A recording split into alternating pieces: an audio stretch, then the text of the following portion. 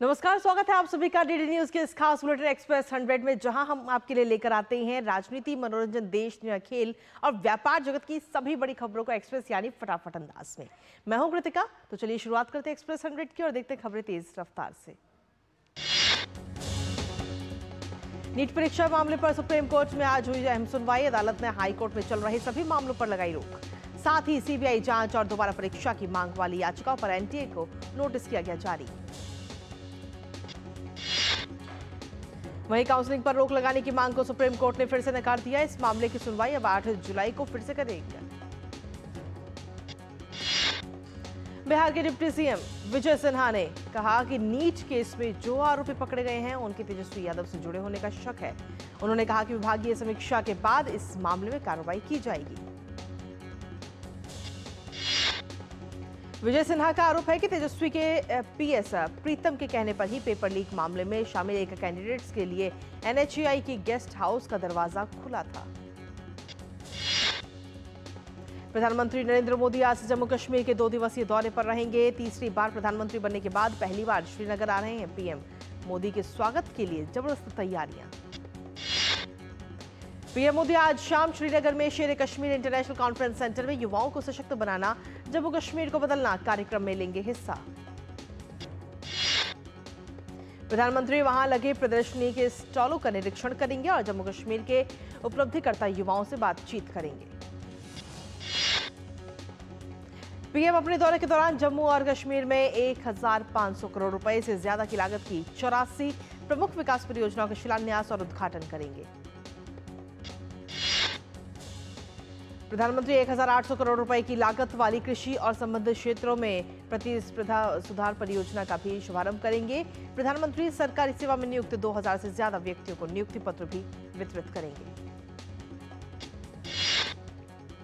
वहीं 21 जून की सुबह प्रधानमंत्री श्रीनगर में शेर कश्मीर इंटरनेशनल कॉन्फ्रेंस सेंटर में 10वें अंतर्राष्ट्रीय योग दिवस कार्यक्रम में हिस्सा लेंगे। प्रधानमंत्री इस अवसर पर उपस्थित लोगों को संबोधित करेंगे और उसके बाद योग सत्र में भी भाग लेंगे। 10वें अंतर्राष्ट्रीय योग दिवस का मुख्य कार्यक्रम श्रीनगर में होने जा रहा है। जम्मू कश्मीर के उपराज्यपाल मनोज सिन्हा ने कहा कि योग दिवस के लिए पीएम मोदी का आना जम्मू कश्मीर वासियों के लिए सौभाग्य की बात। पीएम नरेंद्र मोदी के जम्मू कश्मीर दौरे और अमरनाथ यात्रा से पहले सुरक्षा व्यवस्था पर आईजीपी विधि कुमार विरदी ने कहा कि यहां हमारी कई लेवल पर सुरक्षा है। जो सुरक्षा के मानक हैं उनके हिसाब से हाई अलर्ट सुरक्षा व्यवस्था की गई है। तमिलनाडु के कल्लाकुरिची जिले में कथित तौर पर अवैध शराब पीने से कम 35 लोगों की हुई मौत। 70 से ज्यादा लोग अस्पताल में भर्ती। कल्लाकुरिची के जिला कलेक्टर एमएस प्रशांत ने इसकी पुष्टि की है। इस मामले में मरने वालों की संख्या बढ़ सकती है। इस मामले में अवैध शराब विक्रेता को गिरफ्तार कर लिया गया है। तमिलनाडु के मुख्यमंत्री ने अपने सोशल मीडिया प्लेटफॉर्म पर पोस्ट करके शोक प्रकट किया और कहा कि अधिकारियों के खिलाफ कार्रवाई करने के निर्देश दिए गए हैं। तमिलनाडु के राज्यपाल आरएन रवि ने भी अवैध शराब मौतों पर शोक व्यक्त किया और पीड़ितों के शीघ्र स्वस्थ होने की कामना की। विदेश मंत्री डॉक्टर एस जयशंकर कोलंबो पहुंच गए हैं। एयरपोर्ट पर श्रीलंका के विदेश राज्य मंत्री थरका बालासूर्या और ईस्टर्न प्रोविंस के गवर्नर ने उनका स्वागत किया। पीएम नरेंद्र मोदी के नेतृत्व में नई सरकार के गठन के बाद विदेश मंत्री की ये पहली द्विपक्षीय यात्रा होगी। इस यात्रा से कनेक्टिविटी परियोजनाओं और सभी क्षेत्रों में पारस्परिक रूप से सहयोग को भी गति मिलेगी। राष्ट्रपति द्रौपदी मुर्मू का आज 66वां जन्मदिन है। इस अवसर पर उन्होंने दिल्ली स्थित जगन्नाथ मंदिर में पूजा अर्चना की। उपराष्ट्रपति जगदीप धनखड़ ने अपनी पत्नी सुदेश धनखड़ के साथ राष्ट्रपति द्रौपदी मुर्मू से मुलाकात की। उपराष्ट्रपति ने द्रौपदी मुर्मू को जन्मदिन की बधाई दी। राष्ट्रपति द्रौपदी मुर्मू के जन्मदिन के अवसर पर प्रधानमंत्री ने उन्हें शुभकामनाएं दी। प्रधानमंत्री ने कहा कि उनकी जीवन यात्रा करोड़ों लोगों को उम्मीद देती है। भारत उनके अथक प्रयासों और दूरदर्शी नेतृत्व के लिए हमेशा उनका आभारी रहेगा। राष्ट्रपति के जन्मदिन के अवसर पर कांग्रेस के राष्ट्रीय अध्यक्ष मल्लिकार्जुन खड़गे ने भी बधाई दी। उन्होंने सोशल मीडिया प्लेटफॉर्म एक्स पर पोस्ट किया और कहा कि द्रौपदी मुर्मू जी, हम आपके लंबे और स्वस्थ जीवन की कामना करते हैं। दिल्ली के असोला वाइल्ड लाइफ सेंचुरी में एक पेड़ मां के नाम अभियान का आयोजन किया गया। इस अवसर पर केंद्रीय पर्यावरण, वन और जलवायु परिवर्तन मंत्री भूपेंद्र यादव और दिल्ली के उपराज्यपाल विनय कुमार सक्सेना ने पौधारोपण कार्यक्रम में हिस्सा लिया। केंद्रीय पर्यावरण, वन और जलवायु परिवहन मंत्री भूपेंद्र यादव ने लोगों से पर्यावरण संरक्षण की दिशा में काम करने की अपील की। उन्होंने कहा कि पिछले एक महीने से दिल्ली के लोग और पूरा देश भीषण गर्मी का सामना कर रहा है। केंद्रीय गृह राज्य मंत्री नित्यानंद राय ने आज पटना में कहा कि 2025 के चुनाव में ये परिवारवादी और भ्रष्टाचारी नेता तेजस्वी यादव को समाप्त कर देंगे। बिहार के लोगों ने मन बना लिया है। यूपी के सीएम योगी आदित्यनाथ ने लखनऊ में फैमिली आईडी एक परिवार एक पहचान को लेकर अधिकारियों के साथ बैठक की। कर्नाटक में पेट्रोल और डीजल की कीमतों में हुई वृद्धि को लेकर भाजपा नेताओं और कार्यकर्ताओं ने प्रदेश सरकार के खिलाफ विरोध प्रदर्शन किया। कर्नाटक भाजपा अध्यक्ष बीवाई विजयेंद्र के नेतृत्व में भाजपा कार्यकर्ताओं ने भाजपा कार्यालय से विधानसभा तक साइकिल रैली निकाली। प्रदर्शन के दौरान कर्नाटक पुलिस ने बीवाई विजयेंद्र को गिरफ्तार कर लिया। देश की राजधानी दिल्ली और इसके आसपास के क्षेत्रों में भीषण गर्मी से हाहाकार मचा हुआ है। बढ़ते हुए तापमान और लू के कारण लोगों को अस्पताल में भर्ती कराने की नौबत आ रही है। दिल्ली एनसीआर में लू लगने से कई लोगों की मौत भी हो गई है। दिल्ली के आरएमएल अस्पताल में 27 मई से लेकर अब तक 45 लोगों को हीट स्ट्रोक की वजह से भर्ती कराया गया है। बिहार में पटना हाईकोर्ट ने आरक्षण बढ़ाने का फैसला रद्द कर दिया है। दरअसल राज्य में आरक्षण की सीमा 50% होती है, लेकिन बिहार सरकार ने आरक्षण को 65% तक बढ़ा दिया है। राज्य सरकार के शिक्षण संस्थानों और सरकारी नौकरियों में एससी, एसटी, ईबीसी और अन्य पिछड़े वर्गों को 65% आरक्षण देने वाली चुनौती देने वाली याचिकाओं को स्वीकार करते हुए राज्य सरकार ने कानून को रद्द कर दिया है। प्रचंड गर्मी के बीच देश की राजधानी दिल्ली में पानी के लिए जनता त्राही कर रही है। दिल्ली में जल संकट दिन पर दिन गहरा रहा है। लोगों को पीने के पानी के लिए घंटों लाइन में खड़े होकर टैंकर से पानी भरने का इंतजार करना पड़ रहा है। दिल्ली सरकार समस्या का निराकरण करने के बजाय आरोप मढ़ने में व्यस्त है। बीते कल बीजेपी ने दिल्ली की सड़कों पर आम आदमी पार्टी की सरकार के खिलाफ जमकर प्रदर्शन किया था। दिल्ली जल संकट भाजपा सांसद मनोज तिवारी ने कहा कि दिल्ली के आम लोगों के हिस्से का जो पानी है उसे मुख्यमंत्री केजरीवाल ने टैंकर माफियाओं के आगे सरेंडर कर दिया है। एमएसपी बढ़ाने पर मध्य प्रदेश मुख्यमंत्री मोहन यादव ने कहा कि हम कभी कल्पना नहीं कर सकते थे कि धान का नया एमएसपी 2300 रुपए क्विंटल हो जाएगा। पीएम मोदी जो कहते हैं वो करके दिखाते हैं। 2024 की यूजीसी नेट परीक्षा रद्द कर दी गई। अब फिर से परीक्षा का आयोजन किया जाएगा, जिसके लिए अलग से जानकारी साझा की जाएगी। दिल्ली में लंबे समय से जारी प्रतिकूल मौसम के बीच बीती रात तेज हवाओं से लोगों को थोड़ी राहत मिली है। दिल्ली समेत आसपास के क्षेत्रों में मौसम खुशनुमा बन गया है। मौसम विभाग ने अगले 3 से 4 दिनों तक राजधानी दिल्ली और एनसीआर में बादल छाए रहने के साथ हल्की बारिश होने की उम्मीद जताई है। मौसम विभाग ने बताया कि उत्तर भारत में गर्मी का स्तर रेड जोन से नीचे ऑरेंज जोन की सीमा में आ गया है।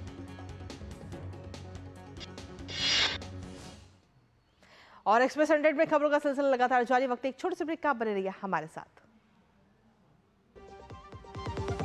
जिन्होंने यूज किया है वो जानते हैं असली हींग का स्वाद। MDH सुपर हींग, शुद्धता का असली तड़का। MDH।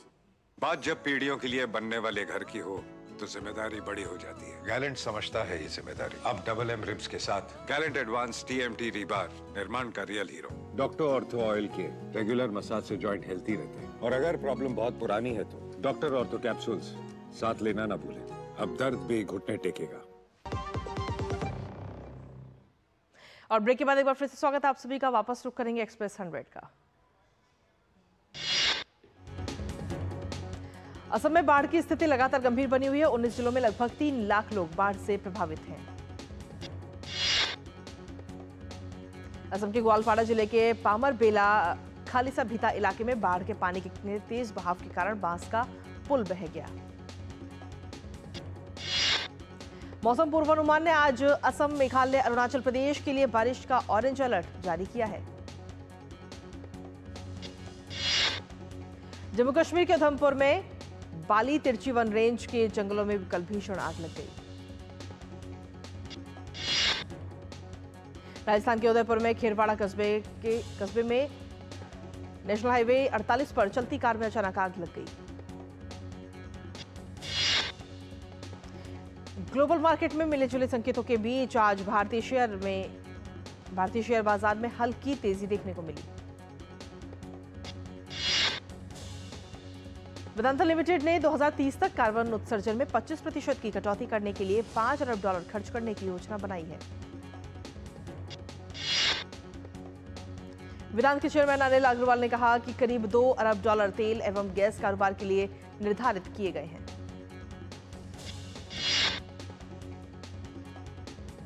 एशियाई विकास बैंक यानी एडीबी ने भारत की स्वास्थ्य प्रणाली की तैयारियों और भविष्य की महामारियों से निपटने की क्षमता में सुधार के लिए 1418 करोड़ रुपए से अधिक की नीति आधारित ऋण को मंजूरी दी है। भारतीय स्टेट बैंक ने चालू वित्त वर्ष के दौरान लंबी अवधि के बॉन्ड के जरिए 20,000 करोड़ रुपए तक जुटाने की योजना बनाई है। बैंक इस रकम का उपयोग बुनियादी ढांचा परियोजनाओं और सस्ते मकानों के लिए उधारी देने में करेगा। नेशनल स्टॉक एक्सचेंज के प्रबंध निदेशक और मुख्य कार्यकारी अधिकारी आशीष कुमार चौहान ने कहा कि अगले 50 वर्षों में भारत की संपत्ति 1000% बढ़ जाएगी। एनएसई एमडी ने कहा कि प्रौद्योगिकी उन्नति की मदद से भारत अगले 50 वर्षों में अपार संपदा सृजित करने में सक्षम होगा।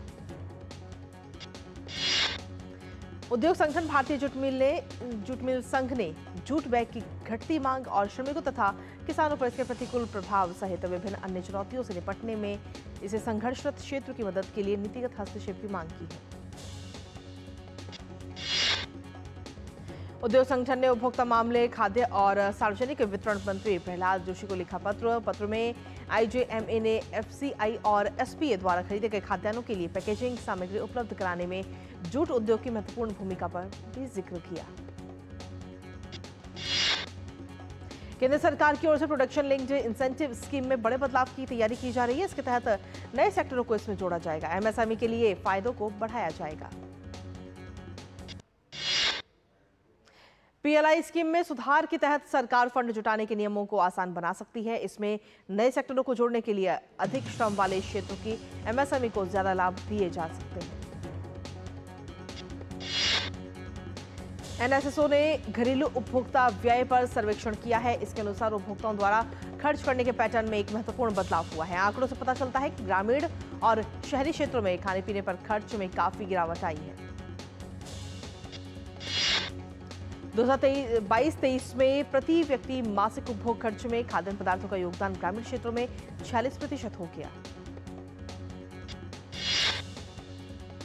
टाटा के वाणिज्यिक वाहन 2% तक महंगे होंगे। इसमें बस से लेकर ट्रक तक शामिल है। टाटा कंपनी ने कहा कि नई कीमत 1 जुलाई से लागू होगी। टाटा कंपनी ने कहा कि इनपुट लागत बढ़ने के कारण कंपनी को नई कीमतें लागू करने का फैसला करना पड़ा। कंपनी ने कहा कि नए दाम सभी मॉडलों पर लागू होंगे। गौतम अदानी ने क्रिसिल के एक कार्यक्रम में ऐलान किया कि अदानी समूह हरित ऊर्जा उत्पादन के लिए ऊर्जा हस्तांतरण परियोजनाओं और विनिर्माण क्षमता में $100 अरब से अधिक का निवेश करेगा। गौतम अदानी ने कहा कि ऊर्जा संक्रमण और डिजिटल बुनियादी ढांचा क्षेत्र में $1 ट्रिलियन के अवसर हैं जो भारत को स्थानीय और वैश्विक स्तर पर बदल देंगे। गौतम अदानी ने कहा कि अगले दशक में हम एनर्जी ट्रांजिशन के क्षेत्र में $100 बिलियन से अधिक का निवेश करेंगे और हमारी एकीकृत नवीकरणीय ऊर्जा मूल्य श्रृंखला का और विस्तार करेंगे। दिल्ली के एक थिंक टैंक ने कहा कि यूरोपीय संघ द्वारा हाल में पारित नियम eco design for sustainable products regulation के कारण लागत बढ़ेगी और इससे विकासशील देशों में होने वाले निर्यात पर बुरा असर पड़ेगा। यूरोपीय आयोग के मुताबिक नए विनियमन से यूरोपीय संघ के उत्पादों की सक्रियता, ऊर्जा प्रदर्शन और अन्य पर्यावरणीय स्थिरता से जुड़े पहलुओं में सुधार होगा। एएसपीआर में 2030 तक सभी उत्पादों को शामिल किया जाएगा। देश में हाल ही में 16.47 लाख नए लोगों को रोजगार मिला। रोजगार पाने वालों में बड़ी संख्या में युवा शामिल हैं। इसमें महिलाओं की भी भागीदारी काफी अच्छी खासी है। ESIC का पेरोल का डाटा बताता है कि अप्रैल 2024 में महिला कर्मचारियों की संख्या भी अच्छी खासी रही है। महिला कर्मचारियों का शुद्ध नामांकन 3.38 लाख रहा है। देश भर में भीषण गर्मी के कारण बिजली की मांग में तेजी आई है। कोयला मंत्रालय सुनिश्चित कर रहा है कि देश के ताप विद्युत संयंत्रों में पर्याप्त मात्रा में कोयला उपलब्ध हो। देश में इस साल कोयला आधारित बिजली की अब तक की सबसे अधिक मांग है। पिछले वर्ष की तुलना में बिजली की मांग में 7% से अधिक की वृद्धि हुई है। ब्रिटेन की दूरसंचार दिग्गज वोडाफोन PLC ने tower management company index tower से 48.47 करोड़ शेयर यानी 18% हिस्सेदारी ब्लॉक डील के जरिए बेचकर 15,300 करोड़ रुपए जुटाए। भारत के साथ समग्र आर्थिक सहयोग समझौता अगले 6 से 7 महीने में पूरा करने पर ऑस्ट्रेलिया जोर दे रहा है। ऑस्ट्रेलिया में मई 2025 में चुनाव होने हैं, जिसे देखते हुए वो चुनाव के पहले बातचीत पूरी करने का इच्छुक है।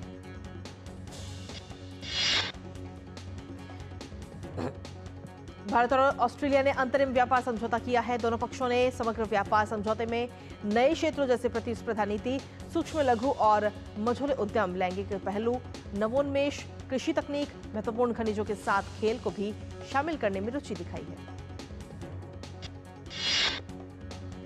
भीषण गर्मी और चिलचिलाती धूप के बीच सऊदी अरब के मक्का में हज यात्रियों की मौतों की संख्या बढ़कर 562 हो गई है। चिकित्सा कर्मियों ने बताया कि मृतकों में 320 मिस्रवासी हैं। वैज्ञानिकों का कहना है कि जैसे जैसे दुनिया गर्म होगी, स्थिति और भी बदतर हो जाएगी। सऊदी अरब के अधिकारियों के अनुसार पिछले साल 2000 से ज्यादा लोग गर्मी से प्रभावित हुए थे। अमेरिकी सेना ने कहा कि उसने सीरिया में हवाई हमले में इस्लामिक स्टेट आतंकवादी मिलिशिया के एक बड़े सदस्य को मार गिराया है। अमेरिकी सेंट्रल कमांड ने सोशल मीडिया पोस्ट में कहा कि अमेरिकी सेंट्रल कमांड ने सीरिया में हवाई हमला किया, जिसमें ISIS के एक वरिष्ठ अधिकारी उस्मा जमाल मोहम्मद इब्राहिम अल जनाबी की मौत हो गई। लाल सागर में एक और जहाज को हाउती आतंकियों की ओर से डुबो दिया गया। इससे पहले 2 मार्च को एक ब्रिटिश जहाज रूबीमार हाउती हमले में डूब गया था। आतंकियों ने पहले रिमोट कंट्रोल से चलने वाले विस्फोटकों से भरे हुए बोट को जहाज से टकरा दिया। बाद में जहाज पर मिसाइलों से हमला बोला गया। इससे जहाज पर मौजूद एक क्रू सदस्य की मौत हो गई। कनाडा की सरकार ने ईरान को बड़ा झटका देते हुए उसकी सेना इस्लामिक रिवॉल्यूशनरी गार्ड कॉर्प्स को आतंकी संगठन घोषित कर दिया। कनाडा के सार्वजनिक सुरक्षा मामलों के मंत्री डोमिनिक लिब्लांक ने सरकार के फैसले का ऐलान किया है। कनाडा की सरकार ने कहा कि इस्लामिक रिवॉल्यूशनरी गार्ड कॉर्प्स के कृत्यों और तथ्यों के आधार पर यह मानने के पर्याप्त कारण है कि ईरान की सेना आतंकी गतिविधियों में लिप्त है।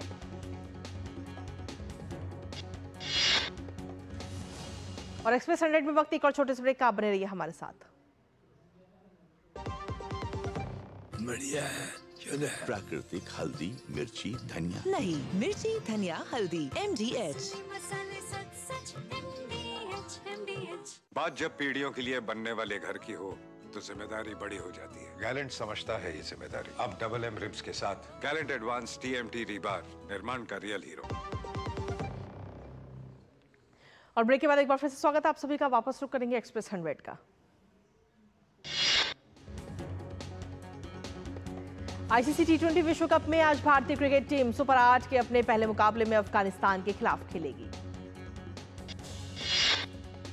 भारतीय क्रिकेट टीम के कोच राहुल द्रविड़ ने कहा कि भारतीय टीम अफगानिस्तान को बिल्कुल भी हल्के में नहीं लेगी। टीम चयन के बारे में राहुल द्रविड़ ने कहा कि परिस्थितियों को देखते हुए प्लेइंग 11 चुनी जाएगी। उन्होंने कहा कि रिस्ट स्पिनर्स को भी मौका दिया जाएगा।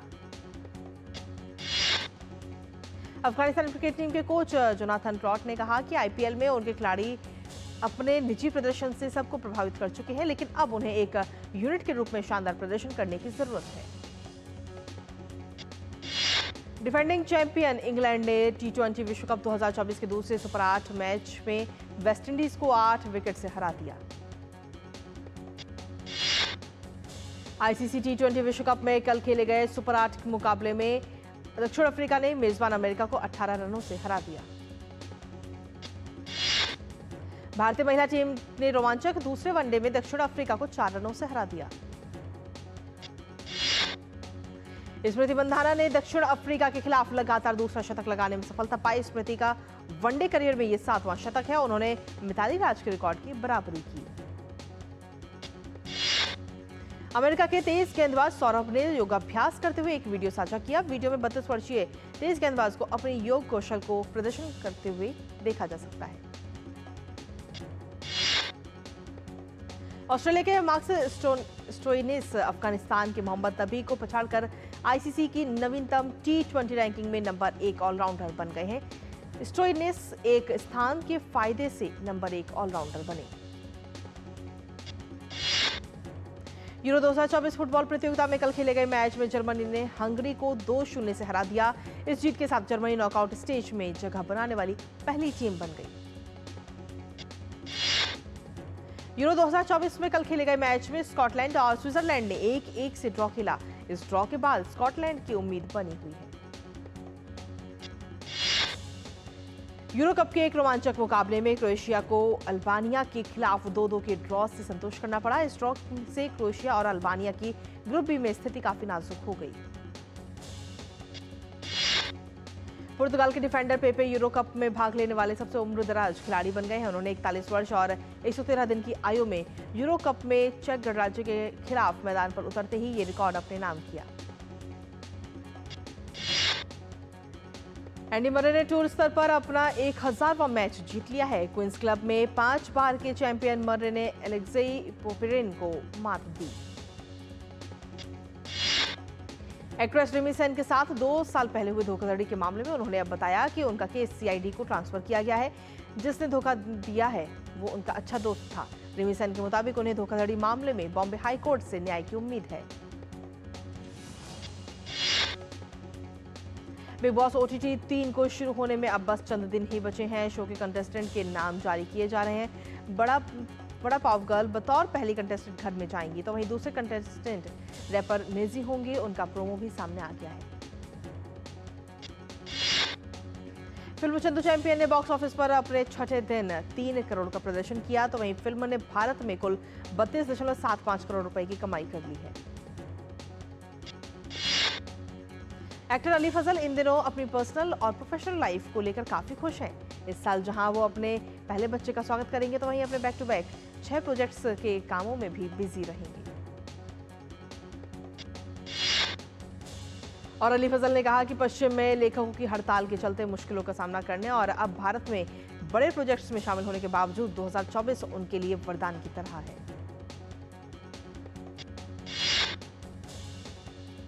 और इसी के साथ फिलहाल एक्सप्रेस 100 में मुझे और हमारी पूरी टीम को दीजिए अनुमति। ब्रेक के उस पार देखिए मिड डे प्राइम सहयोगी ममता चोपड़ा के साथ। नमस्कार।